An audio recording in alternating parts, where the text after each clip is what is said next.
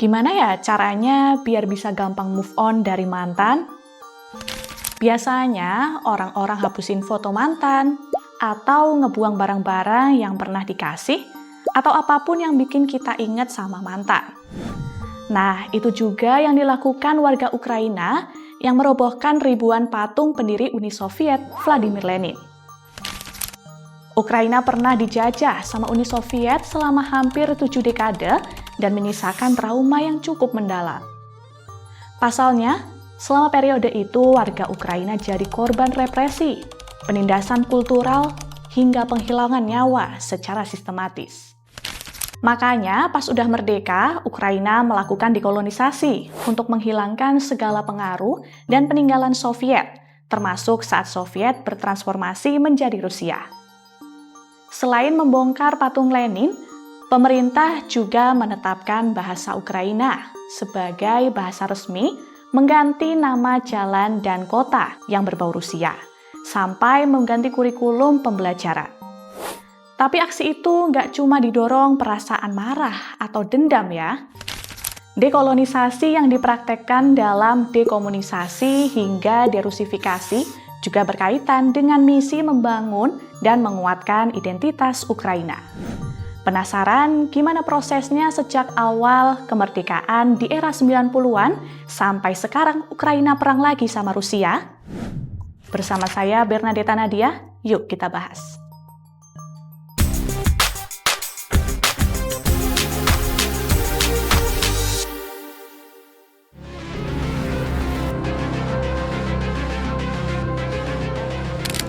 Ukraina mendeklarasikan kemerdekaan pada 24 Agustus 1991 bersamaan dengan runtuhnya Uni Soviet yang kemudian bertransformasi menjadi negara federasi Rusia. Deklarasi kemerdekaan ini sesuai dengan hasil referendum yang menyatakan bahwa 90% warga Ukraina setuju untuk mendirikan negara baru. Setelah itu, Ukraina berusaha menjauh dari Rusia untuk menjalankan proses dekolonisasi atau melepaskan dominasi pihak yang pernah menjajah, baik dari aspek politik, ekonomi, hingga kultural. Menurut catatan Britannica, pemerintah Soviet berkuasa selama 69 tahun di Ukraina dan menjadi pengalaman traumatik. Pemerintah Soviet mengontrol hampir seluruh aspek kehidupan warga Ukraina. Contohnya di bidang sosial budaya, pemerintah Soviet mengupayakan agar bahasa Rusia menjadi bahasa dominan di masyarakat Ukraina dengan alasan untuk memudahkan proses integrasi bangsa. Caranya macam-macam. Selain menjadikan bahasa Rusia sebagai alat komunikasi utama di kantor-kantor pemerintahan, pemerintah Soviet juga membatasi penggunaan bahasa Ukraina di sekolah-sekolah lewat sebuah aturan yang disahkan pada tahun 1959. Penindasan kultural ini nggak dibiarin begitu saja sama warga Ukraina yang berjiwa nasionalis. Mereka melawan secara halus, mulai dengan membuat puisi yang memuji bahasa Ukraina, sampai bikin seruan berlangganan majalah yang memakai bahasa Ukraina. Di sisi lain, proses mensovietkan Ukraina terus dilakukan dengan mengganti nama jalan dan permukiman dengan nama-nama tokoh komunis, juga dengan membangun ribuan patung Lenin di pusat kota hingga desa-desa.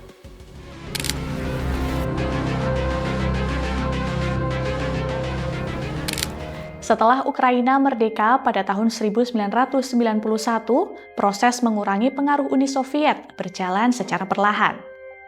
Salah satu langkah paling signifikan adalah menetapkan bahasa Ukraina sebagai bahasa resmi melalui perubahan konstitusi pada tahun 1996. Proses belajar mengajar di sekolah juga mulai diarahkan untuk memakai bahasa Ukraina.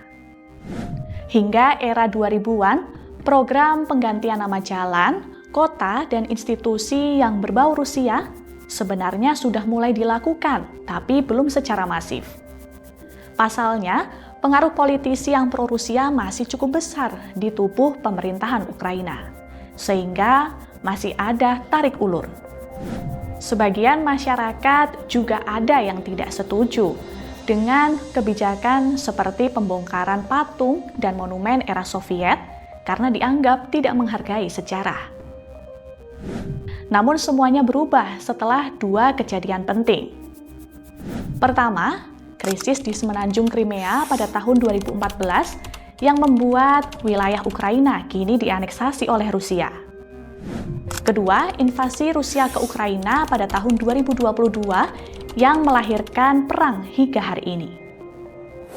Agresi militer itu menjadi bahan bakar yang mempercepat proses derusifikasi di Ukraina yang salah satunya diterjemahkan melalui kebijakan dekomunisasi atau menyingkirkan semua hal yang berbau komunis. Pada 2015, pemerintah Ukraina mengesahkan aturan dekomunisasi yang isinya melarang simbol Nazi dan komunis di ruang publik. Aturan itu juga menegaskan kejahatan rezim komunis selama berkuasa di Ukraina pada periode tahun 1917 hingga 1991. Jika kita tarik lebih luas, kebijakan dekomunisasi sebenarnya umum dilakukan oleh negara-negara bekas Uni Soviet, seperti Polandia dan negara-negara di kawasan Baltik. Tujuannya adalah untuk menciptakan identitas nasional yang baru berdasarkan narasi sejarah yang selama ini dikaburkan atau bahkan disembunyikan oleh pemerintah Uni Soviet. Mengutip pendapat Volodymyr Vyatrovic, Kepala Institut Memori Nasional Ukraina kepada The Guardian, banyak pemikiran orang Ukraina yang dibentuk melalui propaganda komunis, termasuk cara memandang peristiwa di masa lalu. Meski demikian, sebagian pihak juga mengkritik dekomunisasi justru akan menjadi sumber perpecahan baru, alih-alih menyatukan rakyat Ukraina. Rezim yang berkuasa setelah Soviet berubah menjadi Rusia juga sebenarnya menerapkan kebijakan yang anti-komunis. Misalnya, pada tahun 1991, pemerintah membubarkan Partai Komunis Soviet setelah partai itu gagal melakukan kudeta terhadap Presiden Mikhail Gorbachev. Banyak kota di Rusia yang dikembalikan namanya ke era sebelum revolusi tahun 1917, seperti kota Leningrad yang diubah menjadi Saint Petersburg. Masalahnya, alih-alih berkembang menjadi negara yang demokratis, pada abad ke-21, Rusia justru semakin otoriter. Sosok di balik perkembangan itu tidak lain dan tidak bukan adalah Vladimir Putin. Putin berkuasa sejak tahun 1999. Awalnya sebagai Perdana Menteri, lalu menjadi Presiden Rusia sejak tahun 2012. Kok bisa? Ya bisa. Caranya adalah dengan mengubah aturan masa jabatan presiden yang membuat Putin bisa berkuasa sampai tahun 2036. Plus, Putin selalu menekan pihak oposisi, menguasai elit dan aparat keamanan serta mengontrol media dan sumber-sumber informasi. Di bawah kepemimpinannya, Rusia tidak hanya makin represif terhadap rakyatnya sendiri, tapi juga makin agresif ke negara-negara tetangga termasuk ke Ukraina. Leninoped adalah istilah untuk gerakan penghancuran patung mantan pemimpin Uni Soviet Vladimir Lenin. Gerakan ini sudah ada sejak awal kemerdekaan, namun masih dalam skala kecil dan mayoritas dilakukan di wilayah Ukraina Barat. Setelah krisis Crimea, gerakannya makin menyebar dan makin masif.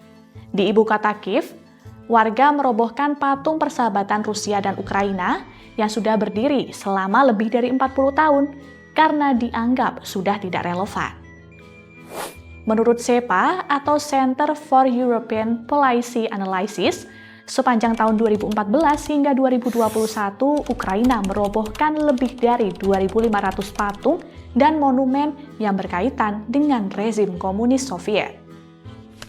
Selain menghancurkan patung, Ukraina juga membangun monumen untuk mengenang para korban agresi militer Rusia. Menariknya, di wilayah Ukraina yang kini dikuasai Rusia, patung Lenin dan simbol-simbol komunis kembali didirikan. Kebijakan derusifikasi selanjutnya adalah penggantian nama jalan, kota, desa, hingga institusi yang berbau Rusia. Dalam laporan Al Jazeera, penggantian nama jalan hingga wilayah permukiman seringkali dilakukan dengan cara voting online. Di kota Ternopil, Ukraina bagian barat, pemerintah mengganti nama jalan Yuri Gagarin yang diambil dari nama kosmonot Rusia Yuri Gagarin.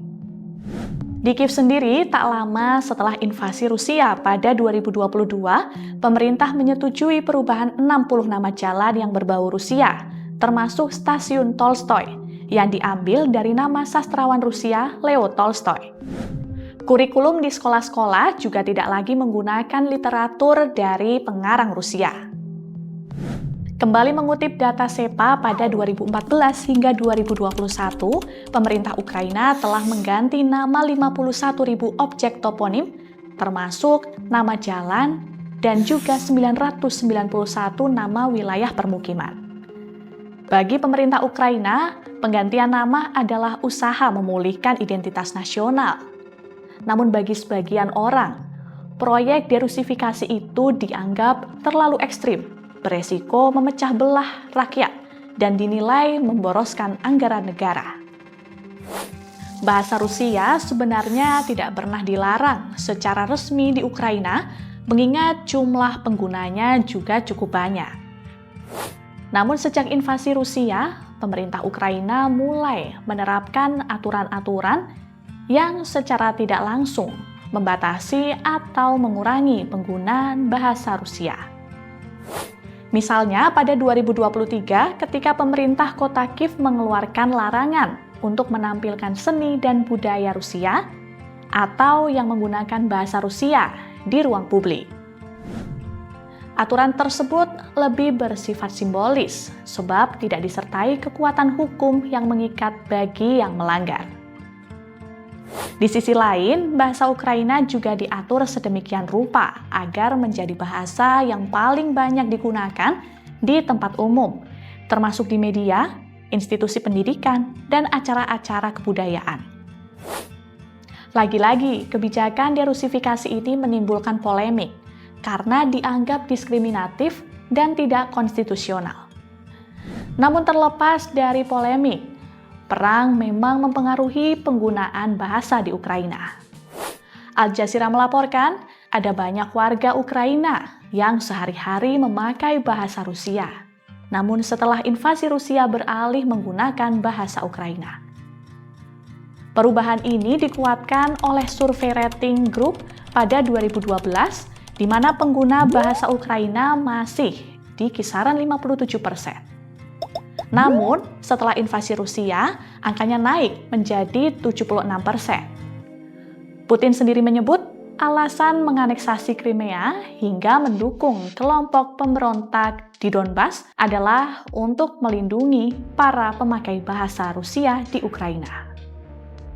Tak lama setelah invasi tahun 2022, Putin mengatakan bahwa Rusia dan Ukraina adalah satu bangsa.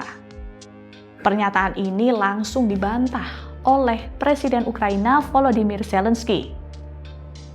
Bagi Zelensky dan warga Ukraina lainnya, Ukraina ya Ukraina dan Rusia ya Rusia. Keduanya berbeda meski di masa lalu pernah jadi satu negara. Di balik aksi merobohkan patung hingga mengubah nama jalan, ada usaha untuk memperkuat identitas nasional Ukraina. Jadi bukan sekadar sikap anti-Soviet atau anti-Rusia, tapi langkah-langkah untuk meningkatkan ketahanan negara di masa depan. Dalam konteks dekolonisasi, apa yang dilakukan Ukraina adalah upaya menghilangkan pengaruh entitas yang pernah menjajah dan kini kembali melakukan penjajahan. Nah, gimana nih menurut kalian? Tulis pendapat kalian di kolom komentar ya. Saya Bernadetta Nadia pamit, sampai jumpa di Oh Begitu edisi selanjutnya.